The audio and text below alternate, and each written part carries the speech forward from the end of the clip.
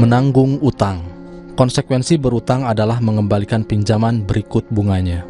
Jangan sampai cicilan dan bunga utang jadi beban yang tak dapat ditanggung. Pasangan suami istri muda itu terguncang. Kondisi perekonomian yang memburuk di masa pandemi COVID-19 membuat kantor tempat mereka bekerja memotong gaji karyawan. Pendapatan bulanan pasangan itu tiba-tiba merosot 30% atau sebesar cicilan pinjaman per bulan. Mereka sempat kesulitan membayar cicilan utang. Beruntung, selepas pandemi, pendapatan mereka pulih kembali. Tidak hanya pada keluarga, risiko kesulitan membayar utang juga dapat menimpa perusahaan.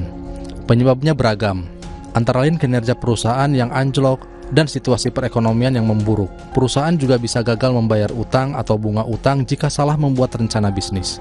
Keinginan setinggi langit yang tidak diiringi dengan perencanaan bisnis yang matang, termasuk saat berutang, beresiko menempatkan perusahaan pada jebakan utang. Dalam lingkup yang lebih luas, Konferensi Perdagangan dan Pembangunan PBB mewanti-wanti perihal utang publik global yang membukukan rekor tertinggi pada 2023 sebesar 97 triliun dolar AS. Utang publik adalah utang dalam negeri dan luar negeri pemerintah yang dapat berperan dalam pembangunan. Pemerintah dapat menggunakan utang untuk belanja dan melindungi warganya di masa sulit. Kendati demikian, utang dapat menjadi beban berat jika pertumbuhannya sangat cepat dan peningkatannya sangat besar.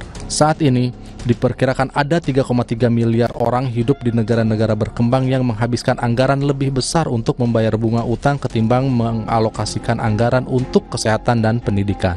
Indonesia juga tak lepas dari utang.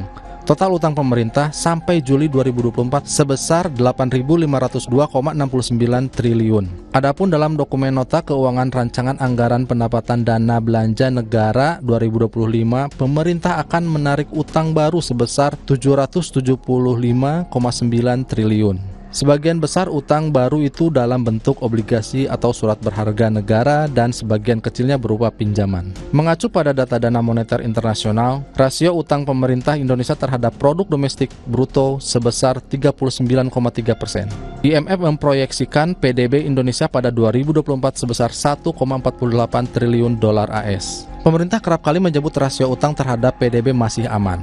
Namun, hendaknya jangan mengabaikan peringatan PBB, yakni utang dapat menjadi beban berat jika tumbuh cepat dan meningkat pesat, seperti yang terjadi di banyak negara akhir-akhir ini.